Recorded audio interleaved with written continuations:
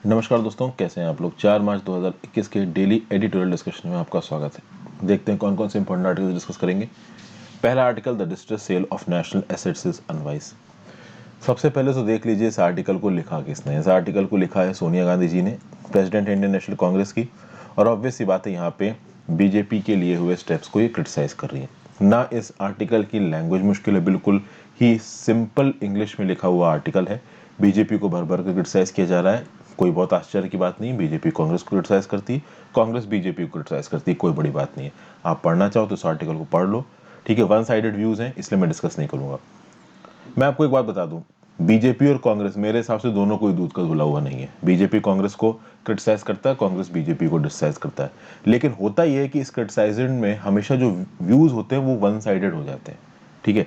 जैसे कि यहाँ पे सोनिया गांधी जी हर चीज में बीजेपी की सरकार को क्रिटिसाइज ही कर रही है।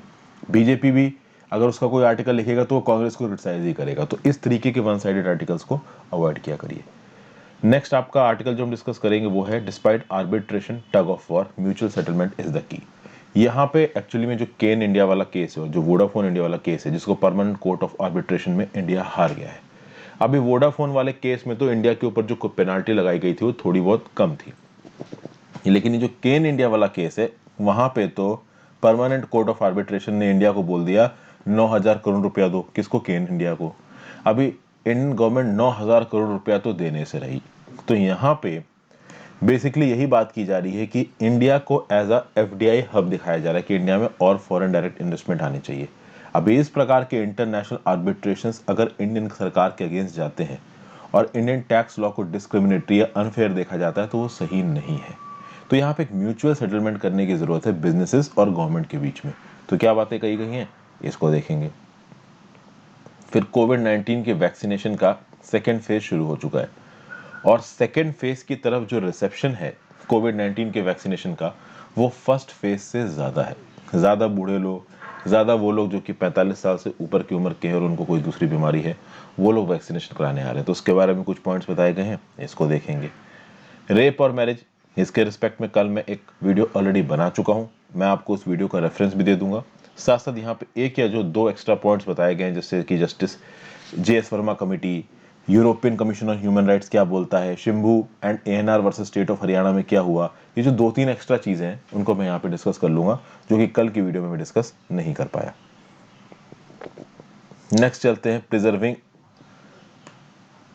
With our Martian fantasies. इसको अभी के लिए मैं छोड़ रहा हूँ, ठीक है, मैं कभी और समझाऊंगा आपको। तो ये आर्टिकल मैं अभी के लिए ड्रॉप कर रहा हूँ। ये आर्टिकल मैं आपके साथ डिस्कस करूंगा, द पेरल्स फेसिंग ब्रिटेन। क्या बताया जा रहा है, ब्रिटेन ने 2016 में रेफरेंडम किया और फाइनली यूरोपियन यूनियन को छोड़ दिया। इस यूरोपियन यूनियन के जो भी इंट्रिकेसीज हैं इनको सेटअप करने में सालों लग गए। फाइनली यूके ने ऑफिशियली EU को छोड़ दिया और जो छोड़ने के टर्म्स हैं, जो लिविंग टर्म्स हैं ब्रेक्जिट के, वो भी अब डिसाइड हो चुके हैं। अब ब्रिटेन को यहाँ पे क्या क्या नुकसान होने वाले हैं यूरोपियन यूनियन को छोड़ के, उसको हिस्ट्री के साथ कंपेयर करके बताया गया है, ठीक है। लैंड की बात कर लीजिए, चाहे एनर्जी की बात कर लीजिए, चाहे लोकलाइज्ड पावर की बात कर लीजिए, कुछ ऐसे कंस्ट्रेंट्स हैं जो कि यहाँ पे ब्रिटेन के सामने आने वाले हैं। अभी उन कंस्ट्रेंट्स को यहाँ पे ऑथर ने बहुत ज़्यादा इलेबोरेट नहीं किया है, बहुत ही शॉर्ट में हिस्ट्री से कंपेयर करके बताया है। तो इसके बारे में बात करेंगे। और फिर finally climate and consciousness. Texas में ये जो कोल्ड वेव आई थी और साथ साथ हिमालयन ग्लेशियर की जो अभी फ्लडिंग हुई है, जिसके रिस्पेक्ट में मैंने वीडियो बनाई थी, तो इनको एक्ट ऑफ गॉड बोला जा रहा है कि जब भी इस प्रकार की कोई डिस्ट्रक्टिव एक्टिविटी आ जाती है, जान माल का नुकसान होता है, तो सब लोग बोल देते हैं कि भाई भगवान का कहर है। एक्चुअली भगवान का कहर नहीं है, ये ग्लोबल वार्मिंग से रिलेटेड चीज़ें हैं। और इस प्रकार के फ्लड्स दिल्ली, हैदराबाद और यूनाइटेड स्टेट्स में इस प्रकार की जो डेडली एवलांचेस हैं और आपका फॉरेस्ट फायर्स हैं, ये बहुत ज़्यादा देखने को मिल रहे हैं। ऑस्ट्रेलिया में भी सब चीज़ें देखने को मिली, जर्मनी में भी देखने को मिली। तो ये सब क्यों हो रहा है, इसके बारे में यहाँ पे एक या दो पॉइंट्स कहे गए हैं। कार्बन एमिशंस को कम करने की जरूरत क्या है, उसके बारे में यहाँ 3-4 पॉइंट्स कहे गए हैं। प्लस यहाँ पे मैंने क्लाइमेट चेंज को लेके और ग्लोबल वार्मिंग को लेके जो वीडियोस बनाई हैं, उनका भी मैं आपको थोड़ा बहुत रेफरेंस दूंगा, जो मैंने पहले वीडियोस बना रखी हैं, जो आपको कंसेप्ट को सुधारने में थोड़ी मदद करेंगी, ठीक है भाई। तो इसलिए इस आर्टिकल को डिस्कस करेंगे। तो कुल मिला के आज के हम इस न्यूज़पेपर में एक ही आर्टिकल छोड़ रहे हैं, preserving with our Martian fantasies. इसमें कुछ इंपॉर्टेंट होगा तो मैं आपके लिए अलग से कवर कर दूंगा। बाकी सोनिया गांधी जी वाला आर्टिकल आप खुद ही पढ़ लेना, ठीक है। तो शुरुआत करते हैं सबसे पहले आर्टिकल से, despite arbitration tug of war mutual settlement is the key. But उससे पहले दोस्तों वीडियो को लाइक जरूर कर दीजिए, चैनल को शेयर और सब्सक्राइब कर लीजिए। हमेशा ये बात मैं आपसे बोलता हूँ, ज्वाइन बटन दबा के आप हेल्प कर सकते हो। एनसीईआरटी 6 से 12th की बहुत सी इश्यूज किताबें जैसे polity, history, economy, geography, science में आपके लिए कवर कर रहा हूँ। कुछ बची हैं, कुछ कवर हो चुकी हैं, आप प्लेलिस्ट सेक्शन में जाके चेक कर सकते हैं। लक्ष्मीकांत पॉलिटी कंप्लीट हो चुकी है, स्पेक्ट्रम मॉडर्न हिस्ट्री का सबसे इंपॉर्टेंट पार्ट कंप्लीट हो चुका है, पोस्ट मॉडर्न हिस्ट्री भी मैं आपको बता दूंगा इंडिपेंडेंस के बाद की। जल्दी सतीश चंद्रा की मीडिवल हिस्ट्री की किताब और रमेश चंद्र की इकोनॉमिक्स की किताब भी शुरू की जाएगी। हालांकि इंडिविजुअली किताब के हिसाब से नहीं पढ़ूंगा, किताब प्लस डाइवर्स सोर्सेज को मैं आपके साथ डिस्कस करूंगा। तो आप ज्वाइन बटन दबा के हेल्प कर सकते हो। इंस्टाग्राम पे फॉलो कर लीजिए, जेन्युइन डॉट जवाब दूंगा। टेलीग्राम ग्रुप ज्वाइन कर लीजिए इस पर्टिकुलर लेक्चर की पीडीएफ के लिए। तो arbitration, tug of war, mutual settlement is the key. क्या बोला जा रहा है यहाँ पे? देखिए, इंडिया में एफडीआई बढ़ रही है। It may not be conducive to weave a web of litigation affecting stakeholders in exit routes. India की अगर बात की जाए तो भैया 2020 में इंडिया में बहुत सारे फॉरेन डायरेक्ट इन्वेस्टी के इन्वेस्टमेंट आए। ग्रीनफील्ड नहीं थे, ठीक है ना, ऑलरेडी जो बिजनेसेस चल रहे थे उसमें इन्वेस्ट किया हुआ। जैसे फेसबुक ने जियो के स्टेक्स को खरीदा, 10% स्टेक्स को, उसके साथ लिए बहुत सारा पैसा बिलियंस ऑफ डॉलर्स में इंडिया के अंदर आया। तो एफडीआई तो इंडिया के अंदर आ रही है, लेकिन at the same time FDI के साथ साथ कुछ और इश्यूज भी उठ रहे हैं, जैसे कि केन एनर्जी और वोडाफोन वाला इशू। जो लास्ट क्वार्टर था 2020 का, उसमें केन एनर्जी और वोडाफोन वाले इशू को लेके इंडिया के अगेंस्ट जजमेंट आया है। यह बोला गया है कि जो बाइलेटरल इन्वेस्टमेंट ट्रीटीज होती हैं, जो कि दो कंट्रीज के बीच में साइन होती हैं, इंडिया कहीं ना कहीं उन बाइलेटरल इन्वेस्टमेंट ट्रीटीज के जो बेसिक आप कह सकते हो प्रोविजंस हैं उनको नहीं मान रहा है, उनको ऑनर नहीं कर रहा है, और इससे जो इन्वेस्टर ट्रस्ट है इंडिया में वो कम हो रहा है। और इसके चलते एक ऑप्शन ये भी निकल के आ सकता है कि आगे आने वाले समय में उस लेवल पे फॉरेन डायरेक्ट इन्वेस्टमेंट इंडिया में नहीं आए जिस लेवल पे आनी चाहिए। वोडाफोन ने और केन एनर्जी ने दोनों ने प्रोसीडिंग्स चलाई इंडिया के अगेंस्ट, ठीक है। 25 सितंबर 2020 को परमानेंट कोर्ट ऑफ आर्बिट्रेशन जो कि द हेग है, उसने क्या बोला? उसने बोला कि इंडिया ने जो वोडाफोन से 27,900 करोड़ रुपए के रेट्रोस्पेक्टिव टैक्सेस मांगे हैं, पेनाल्टीज और इंटरेस्ट को मिला के ये गलत है, and this is in violation of India Netherlands bilateral investment treaty. उसी प्रकार से परमानेंट कोर्ट ऑफ आर्बिट्रेशन ने गवर्नमेंट ऑफ इंडिया को यह भी बोला कि वोडाफोन को ये जो केस लड़ने में 45 करोड़ रुपए का खर्चा हुआ है, ये भारत की सरकार वोडाफोन को देगी। मतलब कि भारत की सरकार वोडाफोन से 27,900 करोड़ रुपया टैक्स मांग रही है। अभी सही मांग रही, गलत मांग रही, वो एक अलग बात है। लेकिन यहां पे इंडिया के अगेंस्ट डिसीजन देते वक्त परमानेंट कोर्ट ऑफ आर्बिट्रेशन बोल रहा है कि इस केस को लड़ने में वोडाफोन का जितना खर्चा हुआ है 45 करोड़ का, ये भी आपको देना पड़ेगा।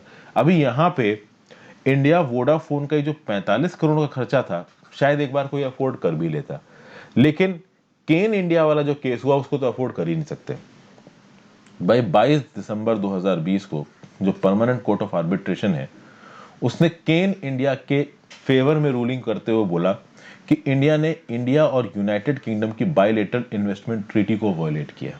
ठीक है भाई, एक टैक्स लायबिलिटी लगाई थी इंडिया ने किसके ऊपर? केन इंडिया के ऊपर, 10,247 करोड़ रुपीस की।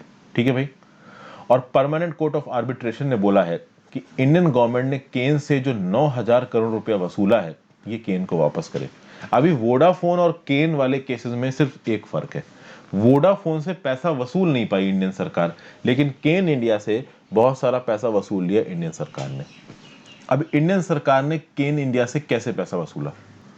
तो भाई केन इंडिया को बहुत सारा टैक्स रिफंड जाना था। एक्चुअली पहले केन इंडिया ने किसी एक केस में ज़्यादा कैपिटल गेंस टैक्स भर दिया था, तो वो ज़्यादा कैपिटल गेंस टैक्स केन इंडिया को वापस मिलना था, उसका टैक्स रिफंड मिलना था एक पहले वाले केस में।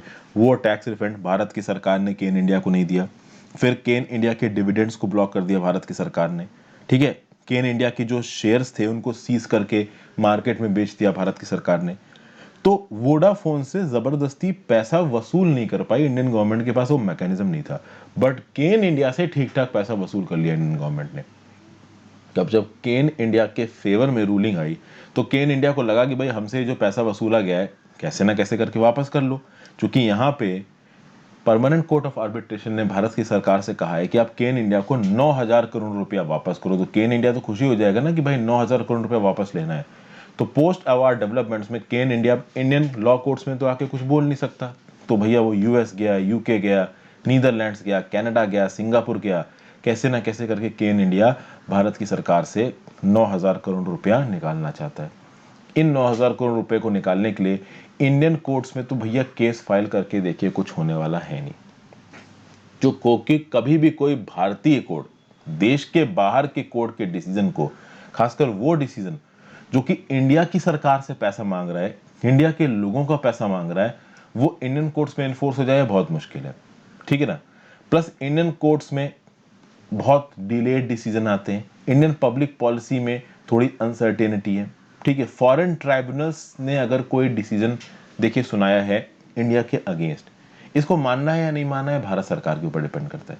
अभी छोटी मोटी पेनाल्टी लगाई होती तो एक बार को भारत सरकार मान भी जाती। 9,000 करोड़ रुपए की पेनाल्टी तो भारत सरकार नहीं मान सकती ना। अगर 9,000 करोड़ रुपया हमारी प्रेजेंट सरकार एयर इंडिया को दे देगी तो लोग ही गालियां सुना सुना के मार देंगे हमारी प्रेजेंट सरकार को। समझ रहे हैं ना आप बात को। तो कौन केन इंडिया के फेवर में तो यहाँ पे डिसीजन आ गया है, बट इस डिसीजन को केन इंडिया इन्फोर्स करा पाए इस बात के चांसेस देखिए बहुत ही ज्यादा कम है।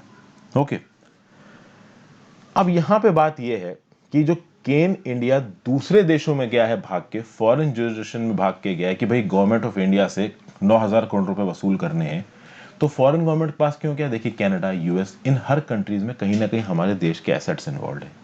तो केन इंडिया दूसरी कंट्रीज में जाके हमारे देश के एसेट्स को सीज करके अपने 9,000 करोड़ रुपए वसूलने के चक्कर में, ऐसा लगता नहीं कि किसी और देश की सरकार सिर्फ केन इंडिया को पैसा देने के लिए इंडिया की सरकार के साथ पंगा लेगी। तो ऑब्वियस सी बात है गवर्नमेंट किसी भी फॉरेन जुरिसडिक्शन में टैक्स लॉज में अपने अगेंस्ट हुई चीजों को डिफेंड करने के लिए तैयार है और डिफेंड कर भी लेगी। बट बात यहां पे ये है कि गवर्नमेंट का साफ साफ यहां पे बोलना है कि हमारे पास एक सोवरेन राइट है, हमारे पास एक सोवरेन इम्यूनिटी है कि भाई हम जहां चाहेंगे जैसे चाहेंगे टैक्स लगा सकते हैं। हाँ, ये हमारी रिस्पॉन्सिबिलिटी है कि वो टैक्स आपके प्रति डिस्क्रिमिनेटरी नहीं होना चाहिए। और यही प्रॉब्लम है वोडाफोन वाले केस में, तो केवल 45 करोड़ रुपया मांगा गया गवर्नमेंट ऑफ इंडिया से। तो एक बार को 45 करोड़ रुपए तो गवर्नमेंट ऑफ इंडिया दे भी देगी। केन इंडिया वाले केस में 9,000 करोड़ रुपया मांगा गया है सरकार से। 9,000 करोड़ रुपया हमारी सरकार कहां से देगी? प्लस केन इंडिया वाले में यही प्रॉब्लम जो मैंने आपको बताई कि जिस प्रकार से पैसा वसूला है हमारी सरकार ने केन इंडिया से, कि उसके शेयर सीज कर लिए, उसका टैक्स रिफंड नहीं दिया, ये तरीका थोड़ा सा गलत था। ओके, मतलब कि आपने केन इंडिया से पैसा मांगा टैक्स लायबिलिटी, जब केन इंडिया नहीं दे पाया तो जो भी केन इंडिया के एसेट्स आपके पास थे आपने वो अप्रोप्रिएट कर लिए। तो यहाँ पे केन इंडिया के फेवर में थोड़ा सा केस जाता नजर आ रहा है। लेकिन ऑब्वियस बात है भारत सरकार पैसे देने वाली है नहीं, तो लंबे समय तक यहाँ पे केस चलने वाला है। अभी इसका सॉल्यूशन क्या है? सॉल्यूशन करने की कोशिश करेगी सरकार, किसके थ्रू? विवाद से विश्वास टैक्स एमनेस्टी स्कीम। विवाद से विश्वास टैक्स एमनेस्टी स्कीम के चलते ऐसा सुनने में आ रहा है कि भारतीय सरकार अभी भी केन इंडिया के ऑफिशियल्स के साथ टच में है। विवाद से विश्वास स्कीम में क्या होता है कि जितनी भी आपके ऊपर टैक्स की लायबिलिटी लगाई गई है आप उसमें 50% टैक्स भर दो प्रिंसिपल अकाउंट, उसका इंटरेस्ट पेनाल्टी मत दो। इंटरेस्ट पेनाल्टी काफी होता है वैसे, मैं आपको बता दूं टैक्स प्रोसीडिंग्स में। ओके, तो 50% प्रिंसिपल अमाउंट दे दो, इंटरेस्ट पेनाल्टी ना भरो, ओके, हम आपका टैक्स माफ कर देंगे। अब यहाँ पे दो चीजें। पहली बात तो केन इंडिया के फेवर में डिसीजन आया परमानेंट कोर्ट ऑफ आर्बिट्रेशन में। तो जब केन इंडिया के फेवर में डिसीजन आया है तो क्या विश्वास से विवाद स्कीम के अंदर, विवाद से विश्वास स्कीम के अंदर ये जो 50% प्रिंसिपल देने वाला काम है ये क्या केन इंडिया करेगा? केन इंडिया तो ये बोलेगा कि हम तो भाई पूरा टैक्स केस जीत गए, हम तुमको 50% पैसा भी क्यों दें। ये हो गई पहली बात। दूसरी बात कि जब ऑलरेडी चीज इंटरनेशनल ट्राइब्यूनल में पहुंच गई है, permanent court of arbitration already जब इस चीज के ऊपर डिसीजन सुना चुका है, तो क्या उसके बाद बैक एंड से कोई मांडवली कोई नेगोशिएशन हो सकता है? क्योंकि ऑलरेडी एक जुडिशियल ट्राइब्यूनल में इसका डिसीजन आ चुका है। अभी जब जुडिशियल ट्राइब्यूनल में डिसीजन आ चुका है उसके बाद बैक एंड से नेगोशिएशन करके चीजों को सॉल्व करना ये किस हद तक लीगली सही है या लीगली गलत है, इसके ऊपर भी यहाँ सवाल उठेंगे। इंडिया अपने आप को एफडीआई का एक बहुत पोटेंशियल मार्केट मानता है। इंडिया बोलता है कि दुनिया भर में जो 12 सबसे बड़ी कंट्रीज हैं जहाँ पे एफडीआई आती है उसमें इंडिया भी एक है। बात यहाँ पे ये है कि इंडिया अपने आप को एक एफडीआई की हब की तरह दिखाने की कोशिश कर रहा है। कोई प्रॉब्लम नहीं, वो दिखाने की कोशिश कर रहा है, लेकिन at the same time India को ये बात भी इंश्योर करना है कि जो इन्वेस्टर्स इंडिया के अंदर आ रहे हैं वो अपने आप को डरा हुआ और इंटिमिडेटेड फील ना करें because of the tax laws of the country. बस यही बात बोली जा रही है। नेक्स्ट आर्टिकल पे चलते हैं, sustaining the drive. Enthusiasm for vaccination must be sustained enough for people to turn up for both shots. क्या बोला जा रहा है, सेकेंड फेज वैक्सीनेशन का चल रहा है, ठीक है भाई, और सेकेंड फेज ऑफ वैक्सीनेशन में 3 दिन हुए हैं और 3 दिन में लगभग 8.4 लाख बेनिफिशरीज जो कि 60 साल से ऊपर के हैं उनको वैक्सीन दी जा चुकी है और 1.04 लाख बेनिफिशरीज जो कि 45 साल के ऊपर के हैं और उनको कोई बीमारी है उनको वैक्सीन दी जा चुकी है। तो लगभग 9.5 लाख लोगों को यहाँ पे वैक्सीन दी जा चुकी है पहले 3 दिनों में। अगर आप इस चीज को कंपेयर करो पहले फेज ऑफ वैक्सीनेशन से, ये सेकेंड फेज ऑफ वैक्सीनेशन चल रहा है। तो जब फर्स्ट फेज ऑफ वैक्सीनेशन शुरू हुआ था 16 जनवरी को, वहां पे हेल्थ केयर वर्कर्स को वैक्सीन दी जा रही थी। उस समय पे अगर आप 16 जनवरी से 18 जनवरी तक का डाटा देखोगे तो 3.8 लाख बेनिफिशरीज को वैक्सीनेशन दी गई थी। तो कहीं ना कहीं सेकेंड फेज फर्स्ट फेज से बेटर परफॉर्म करता नजर आ रहा है। इसकी वजह क्या है? पहली वजह तो ये है कि फर्स्ट फेज में वैक्सीनेशन देनी शुरू की गई थी, तो लोगों के दिमाग में ऑब्वियस डाउट्स थे कि वैक्सीनेशन ले या ना ले। आदमी ऑब्वियस ही बात है यहाँ पे डरेगा, ठीक है ना। सेकेंड फेज में लोगों के अंदर थोड़ा कॉन्फिडेंस आ चुका है। सेकेंड फेज में जो बूढ़े लोग हैं उनको ये मालूम है कि भाई ऑलरेडी एक फेज पूरा हो चुका है, इतने सारे हेल्थ वर्कर्स को वैक्सीन मिल चुकी है, कहीं ना कहीं कोई बहुत अनटॉवर्ड एक्सीडेंट होता तो पता चलता, ऐसा कुछ नहीं हो रहा है तो हम वैक्सीन ले सकते हैं। पहली बात तो ये भी हो गया। दूसरी बात, पहले फेज में वैक्सीन को प्रमोट करने के लिए बहुत सारे बड़े बड़े लोगों ने वैक्सीन ली। तो प्राइम मिनिस्टर साहब ने वैक्सीन ली, चीफ मिनिस्टर्स ने ली, हेल्थ मिनिस्टर्स ने ली और इंपॉर्टेंट जो पब्लिक मिनिस्टर्स थे उन्होंने वैक्सीन ली। फिर पहले फेज में कुछ और प्रॉब्लम्स भी थी। तो जो कोविन नाम का प्लेटफॉर्म था वहाँ पे रजिस्ट्रेशन में टेक्निकल ग्लिचेज आ रहे थे, ओके, लोगों को स्लॉट्स नहीं मिल पा रहे थे। इस प्रकार की जो चीज़ें थी वो धीरे धीरे स्मूदन आउट हो गई हैं। अब आप बहुत आराम से रजिस्टर करके वैक्सीन के लिए लेने जा सकते हो। पहले ये रजिस्ट्रेशन और वैक्सीन लेने का प्रोसेस थोड़ा सा मुश्किल हो रहा था due to initial technical glitches. जब भी कोई सॉफ्टवेयर शुरू होता है थोड़े बहुत ग्लिचेस तो यहाँ पे आते ही आते हैं। अब तक हेल्थ मिनिस्ट्री की तरफ से जो डाटा निकल के आ रहा है, क्या बोल रहा है? 12.5 million health care and frontline workers have been vaccinated with a single shot. अब तक 12.5 मिलियन यानी 1.25 करोड़ को हेल्थ केयर वर्कर्स को और फ्रंटलाइन वर्कर्स को पहला डोज दिया जा चुका है, ठीक है। टारगेट क्या था अब तक? टारगेट ये था कि 30 मिलियन को दिया जाएगा, यानी 3 करोड़ लोगों को दिया जाएगा। तो 3 करोड़ के रिस्पेक्ट में अगर 1.25 करोड़ लोगों को दिया गया है तो अभी भी हम लोग टारगेट से थोड़ा पीछे हैं। पहली चीज तो ये निकल के आती है। लेकिन फर्स्ट फेज ऑफ वैक्सीनेशन में एक बहुत डिस्टर्बिंग ट्रेंड हमारे सामने आ रहा है और ये ट्रेंड देखिए कहीं से भी अच्छा नहीं है। अगर आप बात करो हेल्थ केयर वर्कर्स की, तो हेल्थ केयर वर्कर्स ने जिन्होंने पहला शॉट लिया, पहले शॉट लेने के बाद लगभग 1/3 ऐसे वर्कर्स थे जो कि सेकेंड शॉट लेने आए। सेकेंड शॉट को आपको 4 से 6 हफ्तों के बाद लेना है। तो भाई कहीं ना कहीं, अच्छा मैं आपको ब्रिटेन में बता भी दूं कि ब्रिटेन की स्टडीज और यूरोपियन में स्टडीज के हिसाब से चल रहा है कि अगर आप सेकेंड शॉट को थोड़ा डिले करते हो तो वैक्सीन एफिशिएंसी बढ़ जाएगी। वो खैर एक अलग चीज है, उसमें भी नहीं जाते। हेल्थ केयर वर्कर्स की बात करो तो 4 से 6 हफ्तों में हेल्थ केयर वर्कर्स लगभग 33% सेकेंड शॉट लेने के लिए वापस आ रहे हैं। लेकिन फ्रंट लाइन वर्कर्स में कौन आते हैं? तो पुलिस वाले टाइप के लोग, ठीक है, आर्मी पर्सनल्स। लगभग 57.62 लाख फ्रंट लाइन वर्कर्स ने पहला शॉट लिया, लेकिन उनमें से केवल 3277 ऐसे लोग हैं जो कि अभी तक दूसरा शॉट वापस लेने आए हैं। अभी ये प्रॉब्लम यहाँ पे थोड़ी सी है। ये अलग बात है कि धीरे धीरे नंबर्स पिकअप करेंगे आगे आने वाले समय में, सेकेंड शॉट लेने आएंगे लोग। क्योंकि 2 फरवरी के डाटा की बात की जा रही है, 2 फरवरी के बाद से 57.62 लाख फ्रंटलाइन वर्कर्स वैक्सीन ले चुके हैं। अभी तक केवल 3277 दूसरा शॉट लेने वापस आए, हार्डली 4 हफ्ते ही हुए हैं। आगे आने वाले समय में कहीं ना कहीं फिगर बढ़ेगा। लेकिन यहाँ पे वैक्सीन हेजिटेंसी और एक बहुत इंपॉर्टेंट फैक्टर है। हेल्थ केयर वर्कर्स में आते हैं डॉक्टर्स, नर्सेज वगैरह। तो डॉक्टर और नर्सेस काफी, आप यहाँ पे कह सकते हो कि they are medically very well informed. उनको पता है कि भाई दोनों डोजेस लेने जरूरी हैं, ठीक है। ये अलग बात है कि डॉक्टर्स और ये जो नर्सेज हैं वो अपने ऑब्जर्वेशंस के हिसाब से हो सकता है कि अपने जैब को 1 या 2 दिन आगे पीछे कर लें, 1 हफ्ते आगे पीछे कर लें। बट डॉक्टर्स और नर्सेज ये अपनी डोजेज लेंगे, इनको इम्यूनिटी के बारे में पता है, ये लोग काफ़ी वेल इन्फॉर्म्ड लोग हैं। लेकिन इंडिया में एक बहुत बड़ा तबका है जिसमें कन्फ्यूजन है, मिस इन्फॉर्मेशन है, इनएडिक्वेट नॉलेज है। कहीं ना कहीं ये जो फ्रंट लाइन वर्कर हैं, ये जो 25 करोड़ फ्रंट लाइन वर्कर्स हैं, ओके, ये लोग उतने इन्फॉर्म नहीं है। कहीं ना कहीं ये जो 60 साल से ज़्यादा के जो एजड पर्सन है, ये लोग उतने वेल इन्फॉर्म नहीं है। 45 साल से ज़्यादा के लोग जिनको कोई बीमारी है, ये लोग इतने वेल इन्फॉर्म नहीं है। तो इनको सही समय पे ये बताना कि भैया आपके लिए टाइम पे वैक्सीन लेना बहुत ज़्यादा ज़रूरी है। देखिए, in this respect the frontline workers are more similar to the 250 million plus seniors and those above 45 than healthcare workers। मतलब healthcare workers जितना informed है वैक्सीनेशन के प्रोसेस के बारे में, डोजेस के बारे में, इम्यूनिटी के बारे में, उतने फ्रंटलाइन वर्कर्स 60 साल से प्लस जो सीनियर्स हैं और 45 साल से ज़्यादा वाले लोग जिनको बीमारी है, वो लोग उतने ज़्यादा इन्फॉर्म नहीं है। इसलिए भैया सेंटर की रिस्पॉन्सिबिलिटी बनती है कि वैक्सीनेशन की पूरी डोज जाए, इसके बारे में अवेयरनेस फैलाना कंट्री में ये बहुत ज़्यादा ज़रूरी है। तो हेल्थ केयर वर्कर्स तो आने वाले समय में अपना वैक्सीनेशन जैसे तैसे करके करा ही लेंगे, लेकिन बाकी लोग जो वैक्सीनेशन करा रहे हैं उनको हमेशा रिमाइंड कराना कि भैया पहला शॉट लेने से आपकी रिस्पॉन्सिबिलिटी खत्म नहीं हुई है, आपको दूसरा शॉट लेना है अगर आपको लॉन्ग टर्म में अपनी इम्यूनिटी को डेवलप करना है। ये सब बातें यहाँ पे बोली गई हैं। प्लस भाई सीनियर सिटीजन्स के वैक्सीनेशन में एक और प्रॉब्लम आ रही है कि अगर आपको वैक्सीनेशन कराना है तो कोविन की वेबसाइट या ऐप पे आपको रजिस्टर करना पड़ेगा। अभी कोविन एक टेक्नोलॉजिकल टूल है और बहुत सारे बूढ़े लोग इंडिया में टेक्नोलॉजिकल टूल्स को उस हद तक प्रयोग नहीं कर पाते हैं।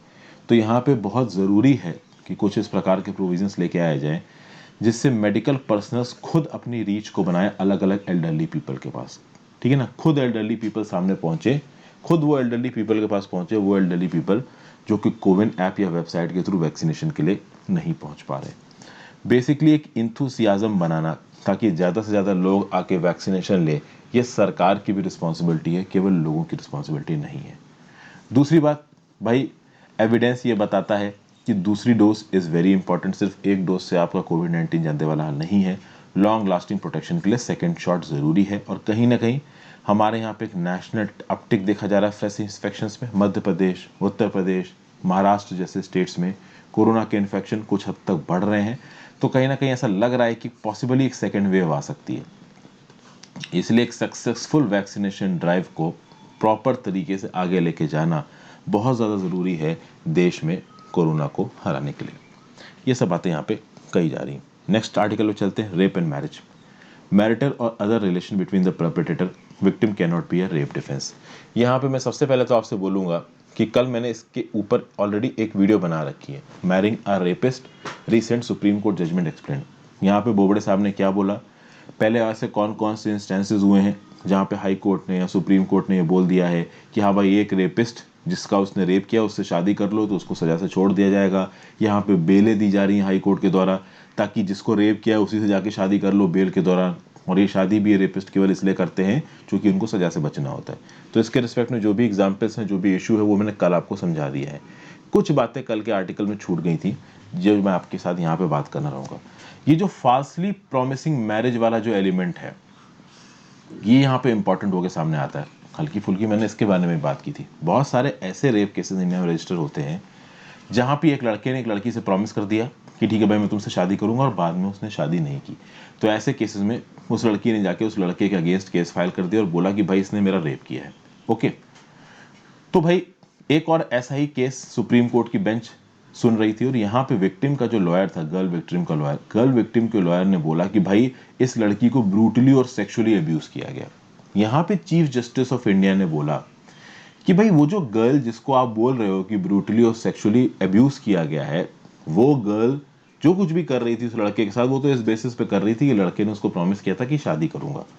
तो क्या एक मैरिड लाइफ में हस्बैंड और वाइफ के बीच में अगर कुछ हो रहा है तो उसको आप ब्रूटल और सेक्सुअल अब्यूज वाली परिभाषा में लेके आ सकते हो?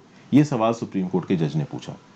यहां पे अगर मैं आपको बताऊं हमारा नियम कानून जो हमारा पीनल लॉ क्या बोलता है, criminal law amendment act 2013, criminal law amendment act 2013 ये बोलता है कि चाहे पॉक्सो के वायलेशंस हो या फिर आपने किसी लड़की को झूठ बोल के झांसा देके उसके साथ कुछ गलत किया और शादी ना की हो, दोनों केसेस में आपके ऊपर पेनाल्टी लगेगी in accordance with criminal law amendment act of 2013। Criminal law amendment act में सीधे सीधे मैरिटल रेप के बारे में बात नहीं की गई है, लेकिन अगर आप इंडिया में मैरिटल रेप के बारे में बात करोगे तो एक कमेटी बनाई गई थी जिसका नाम था justice J S Verma committee.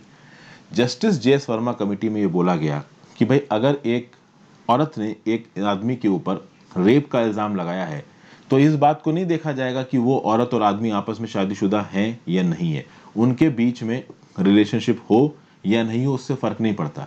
अगर रेप का इल्जाम लगाया गया है तो उसको रेप के प्रोविजंस के हिसाब से ही ट्राई किया जाएगा। ये नहीं देखा जाएगा कि वो दोनों शादीशुदा हैं या नहीं है। तो सिमिलर केसेस में ये जो एल्योरमेंट होता है कि हाँ भाई तुमसे शादी कर लूंगा और उसके बेसिस पे कुछ किया, तो इन केसेस को भी नॉर्मल प्रोविजंस के हिसाब से देखा जाएगा रेप के। और भले ही आप शादीशुदा कपल हो, अगर आपकी वाइफ ने किसी एक हस्बैंड के ऊपर जाके केस कर दिया कि हाँ भाई इसने मेरा रेप किया, तो उसको भी उसी परिभाषा में लेके आया जाएगा। ये किसने बोला है? Justice J S. वर्मा कमेटी ने। तो अगर एक वाइफ भी एक हस्बैंड के अगेंस्ट केस लेके आती है तो ऐसे केसेस में हस्बैंड को रेप के लिए ही चार्ज किया जाएगा।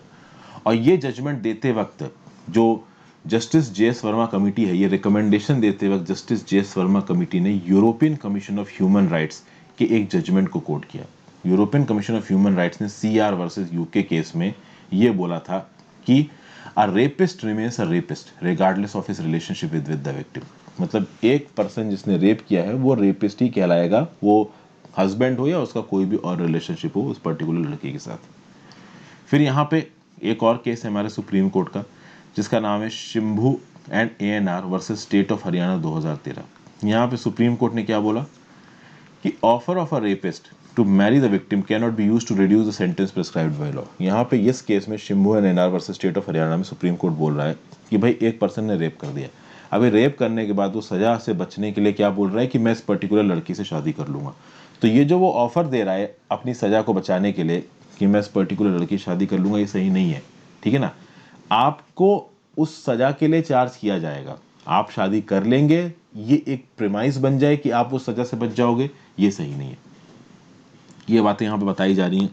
इस बातों पे स्पेशली इसलिए ध्यान दिया जा रहा है क्योंकि निर्भया केस आपको याद ही होगा, साथ साथ दलित के केसेस के बारे में उत्तर प्रदेश में अक्सर न्यूज आती रहती है जहाँ पे अपर कास्ट के लोग लोअर कास्ट के लोगों को परेशान करते हैं। तो इस प्रकार का जब माइंडसेट ऑलरेडी इंडिया में एग्जिस्ट कर रहा है, तो यहाँ पे वुमेन राइट्स को प्रोटेक्ट करने के लिए रेप के रिस्पेक्ट में जो लॉज हैं उनको बहुत स्ट्रेंजली यहाँ पे अप्लाई करना चाहिए। तो भाई अगर किसी एक आदमी ने किसी एक औरत का रेप किया है, उसके बाद वो आदमी बोले कि हाँ भाई मैं इससे शादी करता हूँ, तो शादी हो चाहे ना हो वो एक अलग बात है। अगर शादी होती भी है उस बेसिस पे अगर आप इस आदमी के ऊपर से सजा का प्रावधान हटा दो, ये नहीं होना चाहिए। अगर उसने कोई सजा की है, कोई गलती की है, तो उसकी इसकी सजा मिलनी चाहिए, वो शादी करे चाहे ना करे।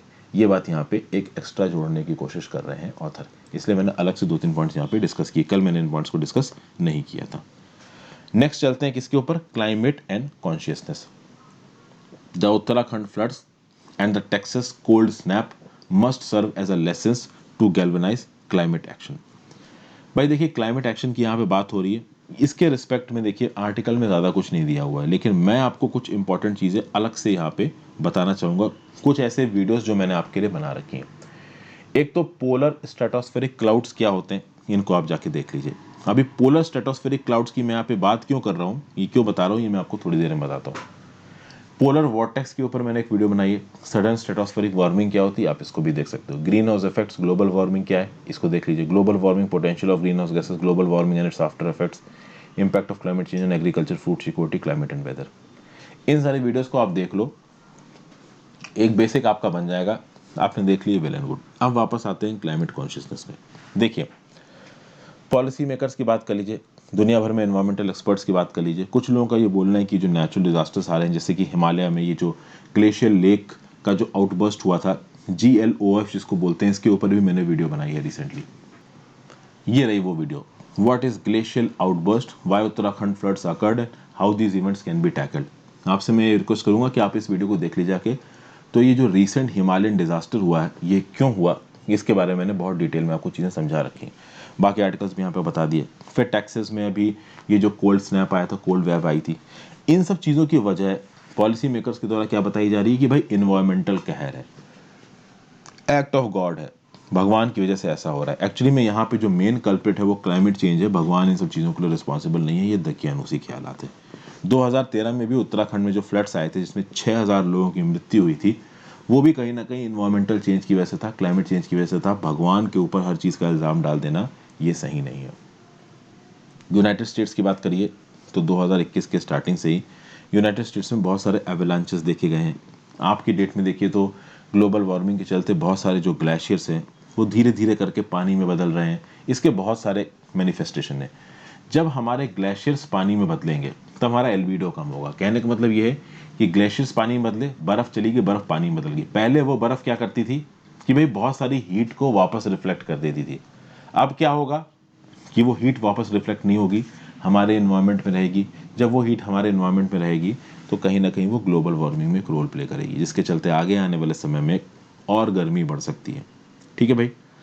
और भी बहुत सारे इवेंट्स देखेंगे, जैसे दिल्ली में एक हीट वेव देखने को मिल रही थी पिछले साल, इस साल भी मिलेगी। और हैदराबाद में, चेन्नई में, केरला में जो फ्लड्स आए थे उनको तो मैंने रेगुलरली कवर ही किया है अपने करंट अफेयर्स में, अगर आप पिछले 7-8 महीने से मेरे करंट अफेयर्स देख रहे हो तो। टेक्सास की बात की जाए तो टेक्सास में डबल डिजिट निगेटिव टेम्परेचर पहुंच गया, -13, -15, -16, जबकि इतना नहीं पहुंचता है। ओके। जर्मनी में भी बहुत कम टेम्परेचर पहुंचा है। तो इस प्रकार के जो एबनॉर्मल और एराटिक टेम्परेचर पैटर्न्स निकल के आ रहे हैं, वो इसलिए निकल के आ रहे हैं क्योंकि कहीं ना कहीं हम अपने इन्वायरमेंट के साथ खिलवाड़ कर रहे हैं। अब इस आर्टिकल में बात की गई है कि अगर आप आर्कटिक की बात करो तो आर्कटिक में जो कोल्ड एयर होती है ना, वो पोल के पास इनक्लोज्ड होती है। जब वो पोल से बाहर आ जाती है तब ये आसपास के इलाकों को जमा डालती है। टेक्सास में कुछ ऐसा ही देखने को मिला है। ये जो कोल्ड एयर है ये पोलर वॉर्टेक्स के अंदर बंद होती है। अगर आप समझना चाहते हो कि ये पोलर वॉर्टेक्स क्या है तो इस पर्टिकुलर वीडियो को देखिए जाके। ओके। पोलर वॉर्टेक्स क्या है, जेट स्ट्रीम्स का रेफरेंस भी मैंने यहाँ पे दे रखा है। बहुत सारी चीजें आपको यहाँ पे समझ में आ जाएंगी। तो कहीं ना कहीं जो कुछ भी हो रहा है आज की डेट में, वो क्यों हो रहा है? वो इसलिए हो रहा है क्योंकि भाई हमने कहीं ना कहीं क्लाइमेट इमरजेंसी को इतना सीरियसली नहीं लिया है। जब कोविड-19 का पैंडेमिक फैला तो लोगों ने ट्रिलियंस ऑफ डॉलर्स की फाइनेंसिंग करी, कोविड-19 की वैक्सीन की तरफ हम लोग भाग रहे हैं। लेकिन कोविड-19 से भरा बड़ा खतरा है ये क्लाइमेट चेंज, और क्लाइमेट चेंज को उतनी यहाँ पे इंपॉर्टेंस नहीं दी जा रही है। अगर आप ग्रीन हाउस गैस एमिशन की बात करो तो सबसे बड़ा green house gas emission China है, दूसरे नंबर पे यूएसए, तीसरे नंबर पे इंडिया है। इंडिया की अगर आप बात करिए तो इंडिया क्लाइमेट वल्नरेबिलिटी में बहुत आगे है। एचएसबीसी की एक रैंकिंग के हिसाब से 67 कंट्रीज में क्लाइमेट वल्नरेबिलिटी को देखा जाए तो इंडिया सबसे ऊपर है। जर्मन वॉच की एक रैंकिंग के हिसाब से 181 कंट्रीज की अगर रैंकिंग की जाए क्लाइमेट रिस्क में तो 5वें नंबर पे इंडिया है।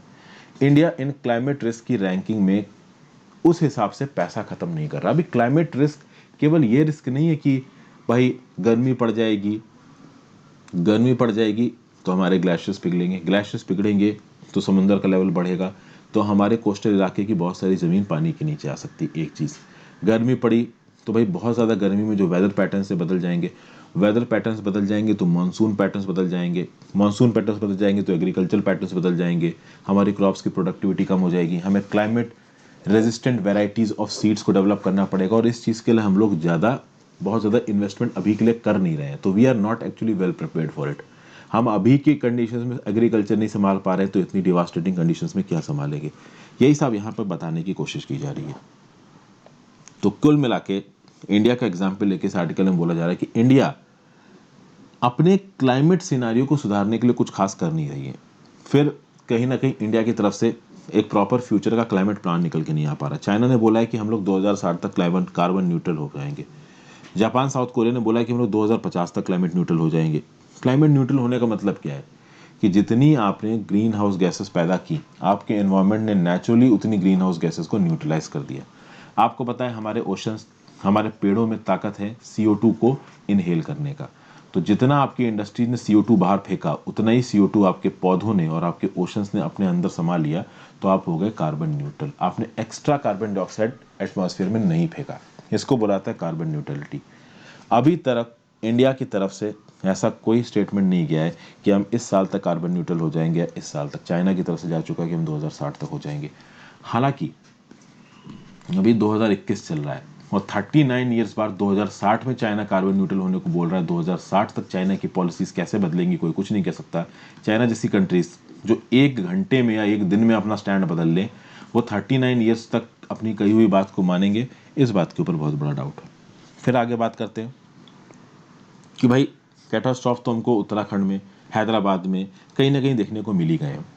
तो ज़रूरी यह है कि हम लोग फ्लड्स के प्रति अपने जो डिफेंसेस उनको बढ़ाएं। केंद्र सरकार स्टेट की सरकारों को ज़्यादा पैसा दे ताकि स्टेट की सरकारें डिजास्टर मैनेजमेंट के फील्ड में अपने आप को एडवांस में प्रिपेयर कर सके। एग्रीकल्चरल इनोवेशंस होने चाहिए जिसमें जो पूसा एग्रीकल्चर इंस्टीट्यूट जैसे ऑर्गेनाइजेशंस हैं इनको सामने आके climate resistant varieties of agriculture को डेवलप करना है, ऐसे एग्रीकल्चर इनोवेशंस को लेके आना है जो कि ड्रॉट्स को, फ्लड्स को विदस्टैंड कर सके। फिर कहीं ना कहीं कोल से पैदा हुई इलेक्ट्रिसिटी पे कम डिपेंड होकर हमको हाइड्रो इलेक्ट्रिक प्रोजेक्ट्स को ज़्यादा डेवलप करना चाहिए। इस प्रकार के जो पॉलिसी रिस्पॉन्सेज हैं वो करना बहुत ज़्यादा ज़रूरी है।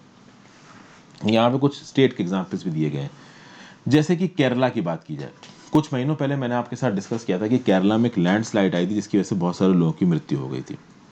तो बहुत सी लैंडमार्क स्टडीज आई हैं जिन्होंने केरला जैसे स्टेट्स में माइनिंग, क्वेरिंग, डैम कंस्ट्रक्शन के अगेंस्ट बात की, लेकिन केरला की सरकार इस प्रकार की स्टडीज को इग्नोर कर देती। केरला में आज भी mining, quarrying, dam construction ecological sensitive spaces पे धड़ल्ले से चल रहा है। भले ही वहाँ पे फ्लड स्लाइड सब आ रही हैं, लेकिन तब भी चालू है। वही चीज़ आपका उत्तराखंड का है। उत्तराखंड में भी भाई इतने इकोलॉजिकल डिजास्टर्स आ रहे हैं बट कोई ध्यान नहीं दे रहा है। तो जब carbon emissions, atmospheric warming, glaciers melting, extreme flood, storms, इस प्रकार की चीज़ें हमको दुनिया भर में देखने को मिल रही, तो पॉलिसी मेकर्स को अप्रोप्रिएट रिस्पॉन्स लेने चाहिए। अप्रोप्रिएट रिस्पॉन्स लिए नहीं जा रहे हैं, क्यों नहीं लिए जा रहे हैं? उसकी एक ही वजह है कि हम इकोनॉमिक ग्रोथ के साथ कॉम्प्रोमाइज़ नहीं कर सकते हैं। लेकिन लॉन्ग टर्म में इकोनॉमिक ग्रोथ हमें कितना काम आएगी वो तो समय आने पर पता चलेगा। आज की डेट में अगर आप इंडिया का टारगेट देखो तो इंडिया अपने आप को सेल्फ सफिशिएंट बनाना चाहता है चाइना के सामने। हम चाइना के ऊपर डिपेंडेंट नहीं होना चाहते अपनी सप्लाई चेन में। ओके, तो इन सब चीज़ों के चलते इंडियन सरकार इन्वायरमेंट को कहीं ना कहीं इग्नोर कर रही है। और केवल भारत सरकार ऐसा नहीं कर रही, दुनिया भर की सरकारें कर रही हैं। आप देखो, ट्रंप ने तो पूरा का पूरा पेरिस क्लाइमेट एग्रीमेंट ही छोड़ दिया था इसके चलते। तो ये सब चीज़ें नॉर्मली देखिए इंडिया में हो रही हैं। इनको रोकने के लिए कंसोलिडेटेड अप्रोच चाहिए, एक ग्लोबल सिटीजनशिप वाली अप्रोच चाहिए। लेकिन आज की डेट में जब पोलराइजेशन, आइसोलेशनिज्म इस हद तक आगे बढ़ गया है, तो एक कंबाइंड सॉलिड और कंसोलिडेटेड अप्रोच लाना फ्यूचर में थोड़ा मुश्किल नजर आ रहा है। ये सब बातें यहाँ पे बोली गई हैं। लास्ट आर्टिकल पे चलते हैं, इसको जल्दी से मैं आपके साथ डिस्कस करूंगा। The perils facing Britain. यहाँ पे बस यही बोला जा रहा है कि भाई 2016 में रेफरेंडम हुआ, 4 साल बाद यूके ने फॉर्मली यूरोपियन यूनियन को छोड़ दिया। अभी जब यूरोपियन यूनियन को छोड़ दिया तो बहुत सी प्रॉब्लम्स यहाँ पे ब्रिटेन फेस करने वाला है। वो कौन कौन सी प्रॉब्लम्स हैं इनके बारे में बात कर लेते हैं। बहुत ज़्यादा प्रॉपर तरीके से नहीं बताया गया है, लेकिन एक हिस्टोरियन है केनेथ पोमरैंक्स, इन्होंने किताब लिखी। किताब का नाम है the great divergence Britain in the 19th century. इस किताब में ब्रिटेन के बारे में क्या लिखा है केनेथ साहब ने बोला कि देखिए, ब्रिटेन की अगर आप ज़मीन देखोगे तो ब्रिटेन के पास लैंड भी लिमिटेड है, ब्रिटेन के पास लेबर भी लिमिटेड है, और उस समय पे ब्रिटेन के पास कैपिटल, पैसा भी लिमिटेड था। तो लैंड, लेबर और कैपिटल की लिमिटेशंस के बाद भी ब्रिटेन आज की डेट में इतना स्ट्रांग कैसे बना? क्योंकि क्या हुआ कि ब्रिटेन ने इन सब चीज़ों को कहीं ना कहीं बाहर से इंतज़ाम करवाया। तो ब्रिटेन ने अपना प्रोटो इंडस्ट्रियल एक्सपेंशन किया। इंडिया में अपनी कॉलोनी खोली, नॉर्थ अमेरिका में अपनी कॉलोनी खोली, इंडिया और नॉर्थ अमेरिका के लेबर को अपने लिए इस्तेमाल किया, इंडिया और नॉर्थ अमेरिका के लैंड रिसोर्सेज को अपने लिए इस्तेमाल किया। तो कुल मिला के ब्रिटेन ने अपनी ज़मीन पे चीज़ें ना करके इंडिया, नॉर्थ अमेरिका और ना जाने ऐसी कितनी कॉलोनीज बनाई जहाँ के लैंड को, जहाँ के लेबर को, जहाँ के पैसे को, कैपिटल को उन्होंने अपने फ़ायदे के लिए इस्तेमाल किया। ठीक है, तो कुल मिला के क्या कहने की कोशिश की जा रही है कि ब्रिटेन जो कि एरिया वाइज इतनी छोटी कंट्री है, वो आज की डेट में इतना अमीर होकर इसलिए बैठी है क्योंकि कहीं ना कहीं ब्रिटेन ने दूसरों के रिसोर्सेज के दम पे अपने एनर्जी बेस को बनाया है। एक पॉइंट ये बोला गया यहाँ पे। दूसरा, ब्रिटेन की ग्रोथ की बात की जाए तो कोल और ऑयल, इन्होंने एक मेजर रोल प्ले किया है ब्रिटेन की ग्रोथ में। कोल की बात करो तो नॉटिंगमशायर, यॉर्कशायर, ये जो नाम के शहर हैं ब्रिटेन में, ये सब पहले कोल फैक्ट्री हुआ करते थे। अब वहाँ से कोल निकलना काफ़ी बंद हो गया। अब ब्रिटेन, बाद में क्या हुआ कि 1970s में ब्रिटेन ओपेक कंट्रीज पे बहुत ज़्यादा डिपेंडेंट होने लगा। ओपेक कंट्रीज से 1970s, 80s, 90s, 2010 तक ओपेक कंट्रीज से बहुत सारा तेल ब्रिटेन इंपोर्ट कर रहा था। तो कहीं ना कहीं ब्रिटेन अब अपनी एनर्जी रिक्वायरमेंट्स के लिए कहाँ डिपेंडेंट था? ओपेक पे डिपेंडेंट था। ठीक है, ऐसे ही बहुत सारे ऐसे फील्ड्स हैं जिनके लिए ब्रिटेन यूरोपियन यूनियन पे डिपेंडेंट था। ये बात यहाँ पे बताने की कोशिश की जा रही है, और ये डिपेंडेंसी यूरोपियन यूनियन पे खत्म करनी पड़ेगी ब्रिटेन को, चूंकि ब्रेग्जिट अब हो चुका है। बहुत सारे ऐसे फैसेट्स थे जहाँ पे यूरोपियन यूनियन ब्रिटेन की रिक्वायरमेंट्स को पूरा कर रहा था, बट ऐसा बोला जा रहा है कि अब वो रिक्वायरमेंट्स ब्रिटेन को खुद से पूरी करनी पड़ेंगी। हालांकि ये बात पूरी तरीके से सही नहीं है। ब्रिटेन और यूरोपियन यूनियन के बीच में एक एग्रीमेंट साइन हुआ है, ये टेम्परेरी एग्रीमेंट काफ़ी समय तक चलने वाला है। तब तक दोनों पार्टीज कोशिश करेंगे कि आपस में म्यूचुअल कैपेबिलिटीज़ को डेवलप करें जिससे वो अपना अपना काम चला सके। तो भाई, पावर के फील्ड में ब्रिटेन क्या करने वाला है? तो भाई जो इतना बड़ा समुंदर है ब्रिटेन के आसपास का इंग्लिश चैनल, वहाँ पे ऑलरेडी बहुत सारे ऑफशोर विंड पावर प्लांट्स लगे हैं। वहाँ पे wind power plant, solar power plants को और मैसिव स्केल पे डिप्लॉय करना है ताकि कोल और ऑयल के ऊपर जो डिपेंडेंस है ब्रिटेन की वो कम हो जाए। उसके बाद यूरोपियन यूनियन के जितने भी फायदे थे वो ब्रिटेन को यहाँ पे कंपनसेट करने हैं। प्रॉब्लम ये है कि यहाँ पे वो क्या फायदे थे इसको साफ साफ नहीं बताया ऑथर ने। बट ऑब्वियस सी बात है, यूरोपियन यूनियन जब बनाया गया था मास्ट्रिक्ट ट्रीटी के द्वारा, तो उसका पॉइंट क्या था? अ यूरोप विदाउट फ्रंटियर्स। तो भाई ऑब्वियस सी बात है, यूरोपियन यूनियन के बहुत सारे अच्छे पॉइंट्स थे जो ब्रिटेन के लिए अवेलेबल थे, ब्रिटेन के बहुत से अच्छे पॉइंट्स थे बट यूरोप के लिए अवेलेबल थे। ब्रिटेन को प्रॉब्लम ये थी कि पुर्तगाल और ग्रीस जैसी कंट्रीज जो फ्री में पैसा खाती रहती हैं और उसके लिए यूरोपियन यूनियन के बजट में ब्रिटेन को पैसा कंट्रीब्यूट करना पड़ता है, इस प्रकार के कंपल्शन से ब्रिटेन बाहर निकलना चाहता था। ब्रिटेन बाहर निकल गया है। यूरोपियन यूनियन से जो बेनिफिट्स थे ब्रिटेन को, वो किस हद तक ब्रिटेन आगे इस्तेमाल करेगा, कैसे कंपनसेट करेगा, वो आगे आने वाले समय में पता चल जाएगा। इस आर्टिकल में कोई ऐसा प्रॉपर कॉन्क्रीट पॉइंट नहीं बताया गया है कि कौन से बेसिस पे यूरोपियन यूनियन के ऊपर डिपेंडेंस थी ब्रिटेन की और वो डिपेंडेंस ब्रिटेन कैसे खत्म करेगा। कुछ हिस्टोरिकल एग्जाम्पल जरूर बताए गए हैं, वो मैंने आपके साथ डिस्कस कर लिए। आर्टिकल को लिखा किसने? गौरव दागा जी ने लिखा है। एसोसिएट वाइस प्रेसिडेंट है, गाइडेंस इंडस्ट्रीज डिपार्टमेंट में काम करते हैं गवर्नमेंट ऑफ तमिलनाडु के। तो ये था आज का एडिटोरियल डिस्कशन दोस्तों। आई होप आपको पसंद आया होगा। पसंद आया तो लाइक कर दीजिएगा और अपने व्यू पॉइंट नीचे कमेंट बॉक्स में जरूर दीजिएगा। Good bye.